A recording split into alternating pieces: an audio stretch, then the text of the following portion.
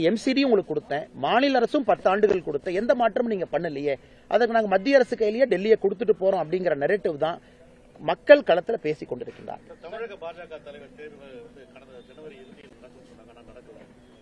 ஆனா ஒண்ணு இல்லைங்கண்ணா, நம்ம இதே தலைமையில தொடருமா? ஏற்கனவே சொன்னது போல நான் பல இடத்துல நான் சொல்லியிருக்கேன். அது இன்னைக்கு முக்கியம் கிடையாதுங்கண்ணா. நம்மளை பொறுத்தவரை தமிழகத்தில் பாரதிய ஜனதா கட்சியினுடைய வளர்ச்சி சிறப்பா இருக்கு, இன்னும் வேகமாக வளர வேண்டும். 2026 நோக்கி நாங்கள் சில விஷயத்தை அதற்கு முன்பு செய்திருக்க வேண்டும், செஞ்சிட்டோம். அதாவது மாவட்ட தலைவருடைய தேர்தல் எல்லாம் முடிச்சு கொடுத்துட்டோம். நாங்கள் எங்களுடைய தரப்பு தமிழக பாரதிய ஜனதா கட்சியிலிருந்து களத்தை தயார் பண்ணி வச்சிருக்கிறோம். இது எங்களுடைய தேசிய தலைவர் அவங்க முடிவு செய்யணும், எந்த தேதியின் முடிவு செய்யணும். அதன் பிறகு யார் அப்படிங்கறதெல்லாம் முக்கியம் கிடையாதுங்கன்னா, எங்களை பொறுத்தவரை தமிழகத்தில் பாரதிய ஜனதா கட்சி களத்தில் நின்று கொண்டிருக்கிறது தான் முக்கியம். சென்னையில் அந்த சேர்ல யார் உட்கார்றாங்க அப்படிங்கிறது முக்கியம் கிடையாதுங்கன்னா, ஏன்னா எல்லா தலைவர்களும் ஒரே நேர்கோட்டு பாதையில பயணம் செய்யும் பொழுது இது அங்கே பிரச்சனை இல்லை என்பது என்னுடைய கருத்துங்க. சார், வருமான வரி உச்சவரம்பு 12 லட்சமா உயர்த்துறது கூட டெல்லி எலெக்ஷனை மனசுல வச்சு தான் பண்ணிருக்காங்க. ஆனா டெல்லி எலெக்ஷன் பொழுது பட்ஜெட் வந்திருக்கு, அப்படித்தான் நாங்க பாக்குறோங்கண்ணா. ஏன்னா நம்ம பல இடத்துல ப்ராமிஸ் பண்ணிருக்கோம். மோடி அவர்கள் பாராளுமன்ற தேர்தல் முடிச்ச உடனே சொன்னாங்க, நடுத்தர மக்களுடைய வலி எனக்கு தெரியுது, நடுத்தர மக்களுடைய வலியை இந்த அரசு உணர்ந்திருக்கிறது, உங்களுக்கு கண்டிப்பா இந்த அரசு நிவாரணம் கொடுக்கும். டெல்லி எலெக்ஷன் அறிவிப்பதற்கு முன்னாடியே நம்ம சொல்லி இந்த மோடி அவர்கள் பல இடத்துல சொல்லியிருக்கிறாங்க. காங்கிரஸ் ஆட்சியை விட்டு சென்ற பொழுது 2,50,000 ரூபாய் வருமான வரி உச்சவரம் இருந்துச்சு, அது 5 லட்சமா மாறிச்சு, 7 லட்சமா மாறிச்சு. இன்னைக்கு காலத்தினுடைய கட்டாயம் நடுத்தர மக்கள் எல்லாரும் வரி செலுத்துறாங்க, வரி எல்லாரும் செலுத்துறாங்க. டாக்ஸ் பேஸ் இம்ப்ரூவ் ஆயிருக்குங்கன்னா, நாம 12 லட்சம் ரூபாய் அதன் மூலமாக வருமான வரி அந்த உச்சவரம்பு நாம நிர்ணயித்தன் மூலமாக அரசுக்கு 1,10,000 கோடி ரூபாய் இழப்பு. அரசுக்கு 1,10,000 கோடி ரூபாய் இழப்பு. கடந்த பட்ஜெட்டை பார்க்கும் பொழுது, கடந்த முறை டாக்ஸ் கலெக்ஷனை பார்க்கும் பொழுது, அது நம்முடைய மதிப்பு மிகுந்த நிர்மலா சீதாராமன் நம்ம சொன்னது போல அது அரசு சாக்ரிஃபைஸ் பண்றதுக்கு தயாரா இருக்கிறோம். ஏன்னா மிடில் கிளாஸ் ஹானஸ்ட் டாக்ஸ் பேரை நம்ம ரிவார்டு பண்ணணும். அவர்கள் எந்த நேரத்திலும் கூட அவங்களுக்கு ஒரு சங்கடம் வரக்கூடாதுன்னு. ஆனால் டெல்லி எலெக்ஷனுக்கும் இதுக்கும் சம்பந்தம் இல்லை. இதற்கு முன்பே நாம் கொடுத்திருக்கின்றோம். பல இடத்துல மோடி அவர்கள் சொல்லி இருக்கின்றார்கள். இன்னைக்கு 12,75,000 வரைக்கும் எக்ஸம்ஷன் எடுத்துக்கலாம். அது மிகப்பெரிய வரப்பிரசாதம். உலக நாடுகள் முழுசும் பாருங்கன்னா எங்கேயுமே இவ்வளவு பெரிய டாக்ஸ் பேஸை நம்ம கிரியேட் பண்ணல. அதே நேரத்தில் ஒரு எக்ஸம்ஷன் அப்படிங்கிறது 12 லட்சம்ங்கிறது ஆச்சரியமான விஷயம். 7 லட்சத்திலிருந்து 12 லட்சம். எந்த அளவுக்கு நடுத்தர மக்களின் மீது மோடி அவர்கள் நம்பிக்கையும் மரியாதையை வைத்திருக்கின்றார்கள் என்பது இந்த பட்ஜெட்ல தெரிஞ்சிருக்காங்க. டெல்லி எலெக்ஷன் பொழுது பட்ஜெட் வந்திருக்கு, அப்படித்தான் நீங்க பாக்கணும். பட்ஜெட்டை பொறுத்தவரை பிப்ரவரி 1ஆம் தேதி கட்டாயம், அடுத்த வருஷம் பிப்ரவரி 1ஆம் தேதி. அந்த நேரத்தில் டெல்லி எலெக்ஷன் வந்திருக்கு. எலெக்ஷனுக்காக எப்பொழுதும் நம்ம இதுக்கு முன்னாடி பட்ஜெட்டை பயன்படுத்தி இருக்கலாமே. அருண்ஜேட்லி அவர்கள் இருந்த பொழுதும், நிர்மலா சீதாராமன் அவர்கள் இருந்த பொழுதும், லோக்சபா எலெக்ஷனுக்கே நம்ம பட்ஜெட்டை பயன்படுத்தலையாங்கன்னா, நாட்டுக்கு எது நல்லதோ அதான் செஞ்சிருக்கோம். இன்னைக்கும் நடுத்தர மக்களுக்கு எது நல்லதோ அதை செய்திருக்கின்றோம். அது மக்கள் அது டெல்லி எலெக்ஷனுக்கு நினைச்சா அவங்களுடைய தனிப்பட்ட கருத்துங்கன்னா, விருப்பங்கண்ணா. போன 25 வருஷம் பார்க்கும்போது 25 வருஷத்துக்கு மேல பாஜகவிற்கு எந்த நம்பிக்கையில டெல்லி வாசிகள் ஓட்டு போடுவார்கள்னு அண்ணாமலை நம்புறாங்க. எப்பொழுதும் இல்லாத சூழ்நிலை கடந்த ஓராண்டுகள்ல டெல்லி பாரதிய ஜனதா கட்சிக்கு அந்த சூழ்நிலையை நான் பாக்குறேங்கண்ணா. எப்போதும் இல்லாத சூழ்நிலை. உதாரணத்துக்கு காங்கிரசினுடைய டெல்லி தலைவர் பாரதிய ஜனதா கட்சியில் இணைகிறாங்க. இதெல்லாம் ஒரு சூழ்நிலை இறையனாங்க. ஆம் ஆத்மி கட்சியிலிருந்து பெரிய பெரிய தலைவர்கள் நம்ம கிட்ட வர்றாங்க. தொடர்ந்து அதை பாக்குறீங்க. ஏன் நேற்று முன்தினம் 8 ஆம் ஆத்மியினுடைய எம்எல்ஏக்கள் பாரதிய ஜனதா கட்சி இணைகிறாங்க. எப்போதும் இல்லாத சூழ்நிலை. இந்த சூழ்நிலை ஏன் அப்படி நடக்குதுங்கன்னா, எதற்கு காங்கிரஸ் கட்சியினுடைய இல்ல அப்படி இல்லைங்கன்னா, எதற்கு காங்கிரஸ் கட்சி அதனுடைய மாநில தலைவர் பாரதிய ஜனதா கட்சிக்கு போறாங்கன்னா, பாரதிய ஜனதா கட்சி தான் ஃபியூச்சர் நினைக்கிறாங்க. எல்லா கட்சியும் ஒரு வளர்ச்சி நேர்கோட்டு பயணத்தில் செல்லும் பொழுது மாற்றுக் கட்சி நண்பர்கள் வருவது சகஜம். இன்னைக்கு எதுக்கு லாஸ்ட் ஒரு வருஷமா இத்தனை பேர் வர்றாங்கன்னா, ஆம் ஆத்மி கட்சியின் மீது நம்பிக்கை இழந்துட்டாங்க, காங்கிரஸ் கட்சியின் மீது நம்பிக்கை இல்லை, மாநில தலைவர் வந்து சேர்றாங்க. ஒன்று சூழ்நிலை, அண்ணன் கேட்ட மாதிரி சூழ்நிலை. எலெக்ஷனுக்கு முன்னாடி, இன்னைக்கு எலெக்ஷன் நடக்கும் பொழுது 10 ஆண்டு காலமாக ஆம் ஆத்மி கட்சி எதுவும் செய்யவில்லை என்கின்ற வேதனை. மூன்றாவது போர்டுஜியினுடைய ஹையஸ்ட் பாப்புலாரிட்டி. நான்காவது நம்முடைய தேர்தல் வாக்குறுதி. இந்த 4ம் தான் உறுதியாக இங்கே பாரதிய ஜனதா கட்சி ஆட்சிக்கு வரும் என்கின்ற நம்பிக்கை இருக்கு. அந்த நம்பிக்கையை உங்கள்கிட்ட வெளிப்படுத்துறோம். தமிழ்நாட்டில் டெல்லியை பொறுத்தவரை தமிழ் தலைவர்கள், பாரதிய ஜனதா கட்சியுடைய தலைவர்கள், அவங்களுக்கு ஒரு போட்டியிடுறதுக்கு வாய்ப்பு கிடைக்காதது அவங்களோட எஸ்டாப்ளிஷ்மெண்ட் இல்லையா? அவங்க நம்ம தமிழக மக்கள் மத்தியில ஒரு பிரசித்தி பெற்றவங்களா இல்லாம இருக்கிறது ஒரு முக்கியமான காரணமா இருக்கலாம். கட்டமைப்புக்குள்ள கொண்டு வரணுங்க. அதாவது தலைவர்கள் கடுமையா உழைக்கிறாங்க, களத்தில் இருக்கிறாங்கன்னா கட்டமைப்புக்குள்ள. இப்ப உதாரணத்துக்கு டெல்லி பேரண்ட் பாடி இருக்கு, அதான் சொல்றேங்கண்ணா. டெல்லி இல்ல சொல்றது கேள்வி கேட்டீங்க, நான் பதில் சொல்றேங்கண்ணா. அண்ணா, ஒரு தலைவர் பார்ட்டிக்குள்ள உருவாகணுங்கண்ணா. எனக்கு தமிழ் செல்ல இருக்காங்க, சவுத் இந்தியன் செல்ல தமிழ் செல்ல இருக்காங்க. அவர்களை பேரண்ட் பாடி கொண்டு வரணும். டெல்லி மாநிலத்தினுடைய துணைத் தலைவர், செயலாளர், பொதுச் செயலாளர் இதுக்குள்ளாம் கொண்டு வரணும் தமிழர்களை. அதற்கான முயற்சி போயிட்டு இருக்குங்க. இப்பதான் பேஸ் உருவாகுது. எல்லா தலைவர்களும் கடுமையா கீழ்மட்டத்தில் பணி செய்றாங்க. என்னுடைய நம்பிக்கை இன்னும் அடுத்த 5 ஆண்டு வரும்போது இந்த கேள்வி நீங்க கேட்கறதுக்கு ஒரு வாய்ப்பு கொடுக்காம பாரதிய ஜனதா கட்சி அதற்குள்ள நிறைய தலைவர்கள் அடையாளப்படுத்தி டெல்லியிலே ஒரு தமிழ் வேட்பாளர் எப்படி சியோன் கோலிவாட்டில் நம்ம கேப்டன் தமிழ்ச்செல்வன் அவர்கள் போட்டியிட்டு வெற்றி பெற்றார்களோ அதுபோல தலைநகரத்தில் ஒரு தமிழர் ஜெயிக்கணுங்கிற ஆசைனா அதற்கான எல்லா முயற்சியில் இறங்கி இருக்கணும். நிச்சயமா செய்து காட்டுவோம். கடந்த டெல்லி சட்டப்பேரவை வெளி கட்சியில இருந்து காங்கிரஸ், ஆம் ஆத்மியில இருந்தெல்லாம் நிறைய பேர் வராங்க, எம்எல்ஏக்கள் வராங்க அப்படின்னு சொல்றீங்க. ஏற்கனவே பாஜகவில் வந்து சின்னதுல இருந்து வேலை பார்த்துட்டே இருப்பாங்க. அவங்களுக்கு அந்த தொகுதியில தேர்தலில் வாக்கு இது போட்டியிடுறதுக்கு கிடைக்கும் அப்படின்ற ஒரு நம்பிக்கையில இருப்பாங்க. ஆனா அந்த இடத்துல இன்னொரு ஆள் காங்கிரஸ்ல இருந்து வர்றவங்க இல்ல ஆம் ஆத்மியில இருந்து வர்றவங்களுக்கு நின்று கொண்டிருக்கின்றார்கள். எல்லா எலெக்ஷன்லையும் வேலை பார்க்கறாங்க. இன்னைக்கு பிரஸ் முன்னாடி அந்த தலைவர்களோடு நான் நிற்பதே வந்து அடையாளப்படுத்தணும் அப்படிங்கறக்காகங்க. ஏன்னா அரசியல் அது ரொம்ப முக்கியம். அதனால எங்களுக்கு நம்பிக்கை இருக்கு. நானும் போராடி கொண்டிருக்கின்றேன். கவுன்சிலர் தேர்தலில் இருந்து சட்டப்பேரவை தேர்தலில் இங்க ஒரு தமிழரை டெல்லியில் நிப்பாட்டணும்னு. அடுத்த தேர்தலில் நிச்சயமாக அது நடக்கும் என்கின்ற நம்பிக்கை இருக்கு. அதற்கு என்னோடு நிற்கக்கூடிய தலைவர்களும் கடுமையாக களப்பணி செய்வார்கள் என்கின்ற நம்பிக்கை இருக்கு. கடந்த சில தேர்தலாக மக்களவை தேர்தலிலும் பாஜகவுக்கும் டெல்லி தேர்தலை பொறுத்தவரை ஆம் ஆத்மி கட்சிக்கும் தொடர்ந்து மக்கள் வாக்களித்து வருகிறார்கள்.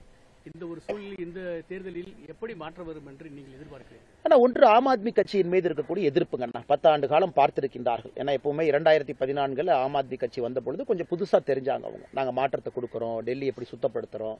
எனக்கு டெல்லியினுடைய ஏர் குவாலிட்டி இண்டெக்ஸ், அன்பு சகோதரர் நீங்க இருக்கிறீங்க, 1200 தாண்டி இருக்குங்க. யோசிச்சு பாருங்க, உலகத்தில் இருக்கக்கூடிய ஏதாச்சும் ஒரு கேபிட்டல் சிட்டியில சுவாசிக்கக்கூடிய காத்தினுடைய பார்ட்டிகுலேட் மேட்டர் 1200 பாக்குறீங்களா? இன்னைக்கு 350க்கு மேல இருக்கு, 343 இருக்கு.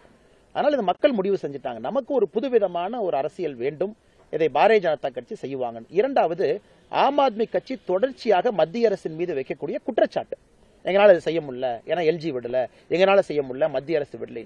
இன்னைக்கு மக்களும் வெறுத்து போயிட்டாங்க. உனக்கு 10 ஆண்டு காலம் கொடுத்தும் இன்னைக்கு எக்ஸ்கியூஸ் தான் நீங்க சொல்றீங்க, நீங்க உண்மையாலுமே எங்களுக்கு மாற்றத்தை கொடுக்கலையே. மூன்றாவது, ஆம் ஆத்மி கட்சியின் மீது இருக்கக்கூடிய கரப்ஷன் அலிகேஷன், முதலமைச்சர்ல இருந்து, இதற்கு முந்தைய முதலமைச்சர்ல இருந்து, துணை முதலமைச்சர் இருந்து எல்லோருமே சிறைக்கு போயிட்டு வந்திருக்கிறாங்க. ஆனால் டெல்லியில் இந்த முறை மாற்றம் என்பது நிச்சயமாக களத்தில் தெரிகிறது. மத்தியிலும் மாநிலத்திலும் ஒரே ஆட்சி வேண்டும், தங்கு தடை இல்லாம வரணும்னு மக்கள் நினைக்கிறாங்க. அதனால் தான் எங்களுக்கு பெரிய நம்பிக்கை இருக்கு, இந்த முறை பாரதிய ஜனதா கட்சியினுடைய ஆட்சி வரும் என்கிற நம்பிக்கை இருக்குங்க. ஆனால் பாஜகவுக்கும் காங்கிரசுக்கும் முதல்வர் வேட்பாளர் முகம் இல்லை என்று அரவிந்த் கெஜ்ரிவால் தொடர்ந்து கூறி வருகிறார். ஆனா இன்னைக்கு அரவிந்த் கெஜ்ரிவால் அவர்கள் உதாரணத்துக்கு இது பாருங்க, எந்த அளவுக்கு ஆச்சரியம்னா, இன்னைக்கு டெல்லியினுடைய முதலமைச்சராக ஒரு சகோதரி இருக்கிறாங்க, அதிஷி மலின் அவங்க இருக்கிறாங்க. ஆனா இன்னைக்கு எல்லா போஸ்டர்ல பாத்தீங்கன்னா அதிஷி அவங்க புகைப்படம் எங்கேயுமே இருக்காது. டெல்லி முழுசும் நீங்க பாருங்க. இதுதான் அவர்கள் ஒரு சகோதரி கொடுக்கக்கூடிய மரியாதை. அரவிந்த் கெஜ்ரிவால் அவர்கள் தன்னை முன்னிலைப்படுத்துவது எந்த விதத்திலையும் தவறு கிடையாது, தான் ஒருவர் மட்டும்தான் தவறு கிடையாது. ஆம் ஆத்மி கட்சியை தாங்கிறாரு. இந்த முறை புதுடெல்லி தொகுதிக்குள்ள யாரு போனாலும் கூட நமக்கு தெரியும், கடுமையான மும்முனை போட்டி. பாரதிய ஜனதா கட்சி சார்பாக முன்னாள் முதலமைச்சருடைய மகன் இருக்கிறாங்க, காங்கிரஸ்ல முன்னாள் முதலமைச்சருடைய மகன் நிக்கிறாங்க, அரவிந்த் கெஜ்ரிவால் நிக்கிறாங்க புதுடெல்லி தொகுதியில. இன்னைக்கு அரவிந்த் கெஜ்ரிவால் அவர்களே ஒரு கடுமையான போட்டியில வெற்றி வாய்ப்பு அவருக்கே பிரகாசமா இல்ல. அதனால் எங்களை பொறுத்தவரை இன்னைக்கு மோடி அவர்கள் தான் பிரதானமா இருக்கிறாங்க. ஏன்னா இன்னைக்கு பாரதிய ஜனதா கட்சியினுடைய டெல்லி மாநில தலைவரே தேர்தலில் நிக்கல. நான் கட்சியை ஜெயிக்க வைக்கிறதா என்னுடைய நோரம்னு வீரேந்திர சச்தேவா உட்பட எல்லோருமே இன்னைக்கு கடுமையா உழைக்கிறாங்க. ஆனால் முதலமைச்சர் வேட்பாளர் இவர்கள் தான் என்று அடையாளப்படுத்துவது முக்கியம் கிடையாது. பாரதிய ஜனதா கட்சியை மொத்தமாக டெல்லியிலே நாங்கள் அடையாளப்படுத்தி இருக்கின்றோம். நிறைய இலவச அறிவிப்புகள் கொடுக்கறாங்க. இலவசங்களை எதிர்த்த கட்சி டெல்லி மாநிலத்தில் ஆட்சி பிடிக்கணும்ன்றதுக்காக இலவச அறிவிப்புகள் நிறைய கொடுக்கறாங்கன்ற ஒரு குற்றச்சாட்டு இருக்கு. மகாராஷ்டிரா தேர்தலில் கொடுத்த லக்டி பெயின் மாதிரியான திட்டங்களை செயல்படுத்த முடியாத நிலையில் இருக்கக்கூடிய சூழல்ல இந்த வாக்குறுதிகள் செல்லாது அப்படின்றதுதான் ஆம் ஆத்மி பெரும் குற்றச்சாட்டம். ஆம் ஆத்மி கட்சியை பொறுத்தவரைங்கன்னா ஒரு விஷயத்தை புரிந்து கொள்ள வேண்டும். இன்னைக்கு பெண்களுக்கு மாதம் நாம் கொடுக்கக்கூடிய ஊதியம், ஓய்வூதியம், அவங்களுடைய அக்கவுண்ட் டிரான்ஸ்பருக்கு அவர்களுடைய கரத்தை வலுப்படுத்துவதற்கு நாம கொடுக்கக்கூடியது எங்கேயுமே நம்ம இலவசம் சொல்லிங்கன்னா, நீங்க மூன்றுமே ஊதியமாக, ஓய்வூதியமாக அவர்களுக்கு அரசு தன்னுடைய கடமையாக செய்யக்கூடிய பாத்தீங்கன்னா அஸ்ஸாம்ல இருக்கு, மத்திய பிரதேசல இருக்கு, மகாராஷ்டிரால இருக்கு, ஹரியானா பாரதிய ஜனதா கட்சி ஆளக்கூடிய மாநிலத்தில் எல்லா மாநிலத்திலும் இருக்கு. முக்கியமா அந்த 4ஐயும் அடையாளப்படுத்துறேன்னா, ஒரு மாநிலத்தில் முதல்ல ஆரம்பிச்சாங்க, மத்திய பிரதேசம் பெரிய அளவில் கொண்டு போனாங்க, மகாராஷ்டிரால 2100 ரூபாய் தேர்தல் முடிந்து எல்லா மாதமும் கொடுக்குறாங்க. இங்கேயும் யாரும் நிறுத்தி வைக்கலீங்கன்னா. அதனால மக்களுக்கு தெரியும் பாரதிய ஜனதா கட்சியை பொறுத்தவரை சொன்னதை செய்யத்தான் போறாங்க. அரவிந்த் கெஜ்ரிவால் அவர்கள் 2100 ரூபாய் நான் கொடுப்பேன் என்று சொல்லி இருக்கின்றார்கள். பாரதிய ஜனதா கட்சி 2500. அது மக்கள் ஏன் நம்புறாங்கன்னா, வேறு மாநிலத்தில் பாரதிய ஜனதா கட்சி நாங்கள் செயல்படுத்தி இருக்கின்றோம். ஏன்னா இன்னைக்கு எஸ்சி எஸ்டி ஒரு மாணவனுக்கு ஒரு சகோதரனுக்கு மாதம் 1000 ரூபாய் நம்ம அம்பேத்கர் ஸ்காலர்ஷிப் கொடுக்குறோம். இதை எப்படி இலவசம் சொல்ல முடியுங்கன்னா, அம்பேத்கர் ஸ்காலர்ஷிப்பாக டெல்லியில மாதம் எஸ்சி சமுதாயத்தை சார்ந்த ஒரு அன்பு சகோதர சகோதரிக்கு 1000 ரூபாய் கொடுக்குறோம். இது இலவசமா பார்க்கலீங்கன்னா, அதே நேரத்தில் கர்ப்பிணி பெண் 21,000 ரூபாய் பணம் கொடுக்குறோம் அப்படின்னா இதுவும் இலவசமாக நான் பார்க்கல. இதை எல்லாமே டெல்லியினுடைய வளர்ச்சிக்கு தான் பார்க்கிறோம். காரணம், டெல்லியில வறுமை கோட்டிற்கு கீழ் இருக்கக்கூடிய மனிதர்கள் இன்னும் அதிகமாக தான் இருக்காங்க. 10 ஆண்டு காலம் ஆம் ஆத்மி கட்சி ஆட்சியிலிருந்து வறுமை கோட்டிற்கு கீழ் இருக்கக்கூடிய அன்பு சகோதரர்கள் இல்லாம செஞ்சிருந்தா இன்னைக்கு இந்த பேச்சே வராதேங்கண்ணா. இன்னைக்கு எத்தனை ஜுகி ஜோபடி இருக்கு? 144 ஜுகி ஜோபடி ஜே கிளஸ்டரை நாம சொல்றோம் வரைமுறைப்படுத்த போறோம். அதனால் என்னை பொறுத்தவரை மக்கள் ஏற்றுக்கொண்டு விட்டார்கள். மக்களுக்கு இன்றைக்கு இது தேவை இருக்கு. அது எஸ்சி சமுதாய சகோதர சகோதரிகள் இருந்து பெண் ஆட்டோ டிரைவர்கள் 80% மானியத்தோடு 1000 பிங்க் ஆட்டோ. முழுசா நம்முடைய தேர்தல் அறிக்கை என்பது இந்த முறை டெல்லியினுடைய கதாநாயகனாக இருக்கிறது. அதனால் வெற்றி உறுதிங்கண்ணா. சார், கடந்த காலத்துல உங்களுக்கு ஞாபகம் அஃபோர்டபுள்ங்கிறதே இல்லாம இருக்கு. அப்படி இருக்கும்போது டெல்லி மக்கள் ஏன் பாரதிய ஜனதா கட்சிக்கு வாக்களிக்கணும்? ஆனா நல்லா புரிஞ்சுக்கன்னா, 93 to 98 நாம் பாரதிய ஜனதா கட்சி ஆட்சியில் இருந்த பொழுது 3 முதலமைச்சர்கள் இருந்தாங்க பாரதிய ஜனதா கட்சியில. 3வது கடைசி முதலமைச்சராக அந்த ஆட்சியில் சுஷ்மா ஸ்வராஜ் அம்மா இருந்தாங்க. மதிப்புக்குரிய நம்முடைய பத்திரிகை நண்பர் சொல்வது போல வெங்காய விலை அன்னைக்கு ஒரு பிரச்சனையாக தான் இருந்துச்சு. ஆனா இன்னைக்கு நீங்க பாருங்க, மத்திய அரசு மாநில அரசு எல்லா இடத்திலும் நாம் எடுக்கக்கூடிய முயற்சி, ஃபுட் இன்ஃப்ளேஷன் இண்டெக்ஸை பாருங்க, இந்தியாவில் 10 ஆண்டுகளில் கட்டுக்குள்ளதான் இருக்கு. எங்கேயுமே விலைவாசி உயர்வு உணவை பொறுத்தவரை எங்கேயும் கட்டுக்கடங்காம வெளியே இருக்குன்னு யாருமே சொல்ல முடியாதுங்க. நான் எடுத்து கம்பேர் பண்ணி பாருங்க. குறிப்பா நம்முடைய இன்ஃப்ளேஷனே ரிசர்வ் பேங்க் ஆஃப் இந்தியாவே இன்ஃப்ளேஷன் டார்கெட்டிங் பண்றாங்க. 4லிருந்து 6% நிறுத்த முயற்சி பண்றாங்க. அதுக்குள்ளதான் நம்ம இருக்கோம். காங்கிரஸ் ஆட்சியை போல விலைவாசி உயர்வு உணவை பொறுத்தவரை 10% 12% போல. ஸோ டெல்லியை பொறுத்தவரைக்கும் இது நான் இஷ்யூங்கண்ணா. மத்திய அரசு இதையெல்லாம் கட்டுப்படுத்தி இருக்கிறோம். ஏற்றுமதி இறக்குமதி எப்ப வெங்காயத்தை அலோவ் பண்ணணும் அலோவ் பண்ணக்கூடாது. நீங்க வெங்காயம் கேட்டாலும் நான் சொல்றேங்கன்னா அதே போல எல்லா பொருளுமே. ஆனால் டெல்லியை பொறுத்தவரை இது ஒரு இஷ்யூ கிடையாது. மக்கள் எல்லோரும் மகிழ்ச்சியாக தான் இருக்கிறாங்க. மத்திய அரசுடைய பெர்ஃபார்மன்ஸ் எல்லாரும் தொடர்ந்து 3 முறை நமக்கு 7 கொடுக்கறதுக்கு வாய்ப்பு இல்லை இல்லைங்கண்ணா. இந்த முறை டெல்லியினுடைய வளர்ச்சிக்கு மாநிலத்திலும் பாரதிய ஜனதா கட்சியினுடைய ஆட்சி வேண்டும் என்கின்ற முடிவு எடுத்திருக்கிறாங்க. பிரச்சாரத்துக்கு போகும்போது அந்த சூழ்நிலையை நமக்கு தெரியுதுங்க. ஆனா லோக்கல் பாடி எலெக்ஷன்ல கிட்டத்தட்ட 25 வருஷமா வச்சிருந்த அந்த இடம் வந்து பறி போயிருக்கு. திரும்ப இந்த தேர்தல் மூலமாக திரும்ப இந்த தேர்தல் நாங்கள் எடுத்து விடுவோம் என்கின்ற நம்பிக்கை இருக்கு. ஆனா எலெக்ஷன் எப்பவுமே சீசனல் தான். ஏன்னா 98 வரைக்கும் நாம இருந்தோம். 98க்கு பிறகு மாறி இருக்குன்னு நான் சொன்னது உண்மை.